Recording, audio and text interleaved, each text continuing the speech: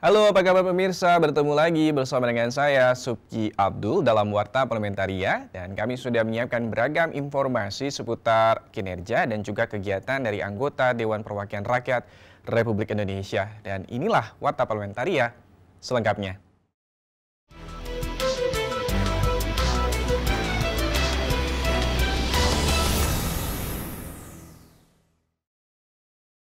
Warta Parlementaria kita awali dengan informasi terkait demi kenyamanan dan juga keselamatan pengguna jalan tol. Komisi 5 DPR RI minta standar kualitas dalam setiap pembangunan infrastruktur jalan tol lebih ditingkatkan. Saat meninjau pembangunan tol Cimanggis-Cibitung, Jawa Barat, Wakil Ketua Komisi 5 DPR RI Ridwan Bae mengatakan, rendahnya standar kualitas jalan mengakibatkan banyak jalan bergelombang dan berlubang, ditambah fasilitas keamanan yang minim seperti pembatas jalan, yang berdampak pada terjadinya kecelakaan di jalan tol. Komisi 5 DPR RI juga meminta fasilitas umum seperti rest area dan CCTV harus ditambah untuk memberikan kenyamanan bagi pengguna jalan tol. Karena kebanyakan juga jalan tol di Indonesia ini masih banyak yang tidak memperhatikan mutu, terutama tingkat gelombang jalan itu sendiri. Sementara anggota Komisi 5 DPR RI Sudewo meminta Ditjen Bina Marga Kementerian PUPR dan Badan Usaha Jalan Tol atau BUJT melakukan perawatan dan perbaikan secara berkala di seluruh ruas jalan tol di Indonesia. Pemerintah harus mencegah kegagalan konstruksi seperti yang terjadi pada pembangunan tol Trans Jawa dan Trans Sumatera. Untuk itu harus ada evaluasi dan sanksi pada pihak-pihak yang terbukti lalai. Selalu mendorong untuk segera dilakukan perbaikan. Tapi sampai sekarang memang belum dilakukan secara optimal. Sudah dilakukan, tapi hanya sebagian, sifatnya parsial sekali. Kementerian PUPR mencatat panjang ruas tol yang sudah beroperasi mencapai 2.391 km terbagi dalam 62 ruas yang dikelola BUJT. Dari Jawa Barat, Fajar Ilhami, TVR Parlemen, melaporkan. Kita ke informasi selanjutnya, Komisi 7 DPR RI menilai pengawasan pada minyak dan gas di dalam negeri masih kurang. BPH Migas diminta meningkatkan pengawasan dan juga pemanfaatan migas untuk kebutuhan di dalam negeri. Di Gedung Nusantara 1 DPR RI Jakarta, Ketua Komisi 7 DPR RI Sugeng Suparwoto menekankan para komite BPH Migas yang terpilih harus lebih memaksimalkan pengawasan atas pengelolaan minyak dan gas, baik dari aspek distribusi, pemanfaatan, dan infrastrukturnya. Selama ini, pengawasan terhadap pengelolaan migas di dalam negeri masih kurang dan perlu ditingkatkan lagi. Pipa ya, ini yang beberapa proyek pipa juga belum terlaksana dengan baik. Sangat-sangat mendorong bagaimana gas bumi yang hari ini itu adalah kita untuk pemanfaatan dalam negeri. Dan itu adalah memerlukan infrastruktur. Ketua Komisi 7 DPR RI Sugeng Suparwoto menambahkan, BPH Migas perlu aktif mendorong pemanfaatan gas lebih ditingkatkan lagi, mengingat ketersediaan minyak dan cadangan utama minyak di dalam negeri mulai berkurang atau menipis. Konsumsi minyak di dalam negeri yang terus meningkat tidak diimbangi produksi minyak yang justru mengalami defisit, menjadi pertimbangan untuk lebih memanfaatkan gas bumi. Gas kita yang secara potensi masih besar, masih ada kurang lebih 60 triliun kubik feet yang bisa dieksplorasi dan dieksploitasi nantinya. Laporan kinerja Ditjen Minyak dan Gas Bumi Kementerian ESDM menyebutkan, cadangan minyak mentah Indonesia tinggal tersisa 9 tahun, sementara umur cadangan gas bumi bertahan hingga 21 tahun. Vinita dan Rangga, TVR Parlemen, melaporkan. Kita ke informasi selanjutnya, Komisi 6 DPR RI mendukung rencana penggabungan pengelolaan pelabuhan untuk meningkatkan kualitas pelayanan dan juga inovasi, serta meningkatkan penerimaan pajak dan juga dividen bagi negara. Di Gedung Nusantara 1 DPR RI Jakarta, Wakil Ketua Komisi 6 DPR RI Martin Manurung mengatakan, integrasi pengelolaan pelabuhan milik BUMN merupakan salah satu langkah mewujudkan tata kelola BUMN pelabuhan yang lebih baik, optimal, dan berdaya saing tinggi. Hal tersebut akan berdampak pada efisiensi biaya logistik dan distribusi. Integrasi tata kelola pelabuhan Indonesia seharusnya sudah terwujud sejak lama. Nah, jadi kalau kita bisa lakukan efisiensi di sini tentu akan membuat produk-produk kita lebih murah harganya di pasar dalam negeri dan tentunya juga di pasar ekspor akan bisa lebih bersaing dengan produk-produk negara lain. Sementara anggota Komisi 6 DPR RI Andre Rosiade mengatakan, Integrasi pelabuhan diharapkan bisa menjadi operator pelabuhan kelas dunia yang memiliki efisiensi, serta mewujudkan percepatan bongkar muat. Namun, integrasi ini harus memperhatikan kontrak bermasalah yang menyebabkan biaya tinggi di pelabuhan. Di mana menyebabkan biaya tinggi di pelabuhan itu harus dihapus, direvisi, sehingga Pelindo tidak lagi menjadi landlord atau tuan tanah seperti yang sebelumnya. Sebelumnya, Kementerian BUMN memutuskan untuk melakukan integrasi seluruh BUMN ke pelabuhan, yaitu PT Pelindo 1, Pelindo 2, Pelindo 3, dan Pelindo 4, yang rencananya akan dimulai pada September mendatang. Mario dan Aang TVR Parlemen melaporkan. Pastikan Anda jangan kemana-mana pemirsa, karena kami masih memiliki banyak informasi menarik lainnya dalam Warta Parlementaria. Di antaranya datang dari urgensi revisi Undang-Undang Minyak dan juga Gas Bumi. Tapi setelah jeda berikut ini.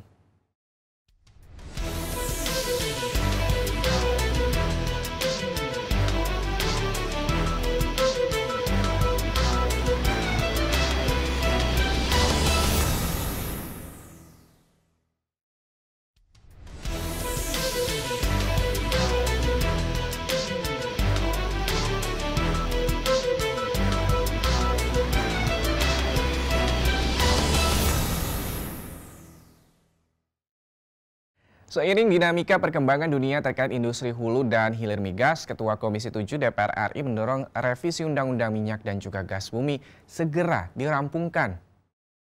Dalam webinar yang diselenggarakan Badan Keahlian Setjen DPR RI, Ketua Komisi 7 DPR RI Sugeng Suparwoto mengungkapkan, kondisi di hulu migas saat ini seringkali mengalami kenaikan dan penurunan yang tidak pasti.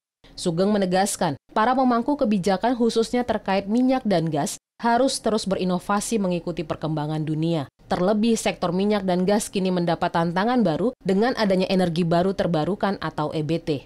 Nah, inilah sebagai bangsa kita harus terus-menerus inovatif sehingga tetap dapat adaptif terhadap berbagai perubahan atau perkembangan bangsa, perkembangan dunia, termasuk di dunia bisnis di sektor hulu migas. Lebih lanjut, Sugeng Suparwoto menegaskan, investasi di sektor minyak dan gas bumi masih diperlukan dalam beberapa tahun ke depan, seiring makin berkembangnya penelitian terkait EBT hingga perlahan mengurangi konsumsi bahan bakar fosil. Proses-proses di hulu. Sebaliknya juga di Indonesia, yang sama-sama kita ketahui, kita membutuhkan ketahanan dan kehandalan energi, khususnya migas kita masih sangat butuhkan, meskipun kita juga segera memasuki sumber energi baru terbarukan. Jadi posisi migas kita sebagaimana kita ketahui, minyak kita yang terus-menerus merosot, lifting saja terus-menerus merosot dikarenakan ada misalnya natural decline yang kurang lebih 6% setiap tahun. Nur Fuad dan Julian TVR Parlemen melaporkan. Beralih ke informasi selanjutnya, anggota Komisi 6 DPR RI mendorong Kementerian Perindustrian mengalokasikan anggaran untuk program wirausaha santri di setiap pondok pesantren di tahun anggaran 2021 ini. Di Gedung Nusantara 1 DPR RI Jakarta, Nasim Khan mengatakan program wirausaha pemula bagi para santri dan ustadz perlu menjadi perhatian Kemenperin di tahun ini. Selama ini, kesejahteraan santri dan alumni pondok pesantren masih kurang mendapatkan perhatian dari pemerintah. Padahal, santri memiliki potensi cukup besar dalam menggerakkan ekonomi masyarakat di daerahnya. Semua berkolaborasi, para santri, ya kan, para masyarakat umum, warna-warni semua kita kembangkan, ya kan, kembangkan. Nah, mereka menjadi pengawas, mereka yang mengawal, dan saya yakin mereka safe semuanya. Anggota Komisi 6 DPR RI Nasim Khan menambahkan, melalui pelatihan dan bantuan usaha kepada santri dan pondok pesantren bisa membantu peningkatan kesejahteraan masyarakat kelas menengah dan bawah. Meski begitu, Kementerian Perindustrian harus memperbaiki data penerima bantuan lebih dulu agar cakupan masyarakat yang mendapatkan bantuan dan manfaatnya lebih luas dan merata. Kalau kita berbicara cukup atau tidak akan pernah selesai. Ya kan? Semua program pemerintah sudah ada. Masalahnya database untuk tepat sasaran. Contoh, Kementerian Perindustrian tadi memberikan bantuan kepada kementerian, kepada dinas, yang dikawal oleh dinas. Tetapi nanti pada yang menerima ya itu saja. Di tahun 2021, anggaran Kemenperin menjadi 2,87 triliun rupiah yang difokuskan pada program pendidikan dan pelatihan vokasi, program riset serta inovasi iptek, program nilai tambah dan daya saing industri, serta program dukungan manajemen. Hilman dan Rizky TVR Parlemen melaporkan. Pemirsa, kami masih memiliki banyak informasi lain dalam Warta Parlementaria. Tetaplah bersama kami.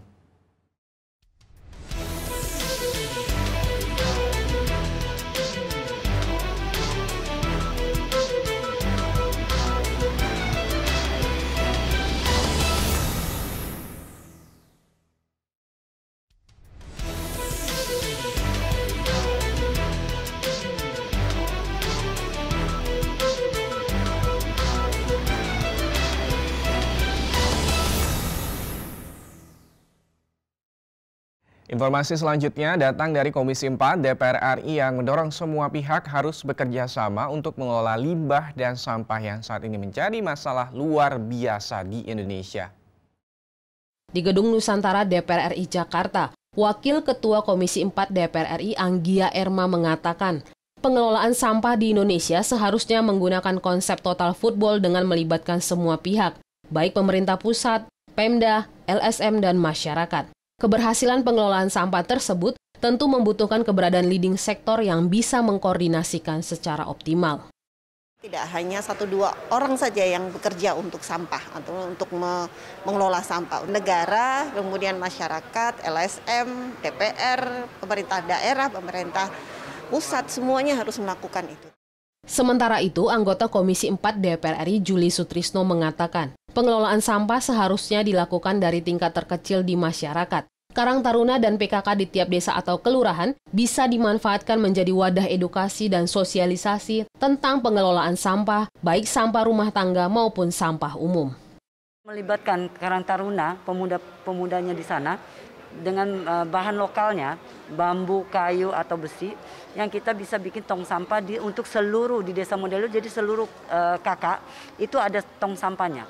Dan kita sosialisasi untuk ibu-ibunya, tidak lagi membuang sampah sembarangan di mana.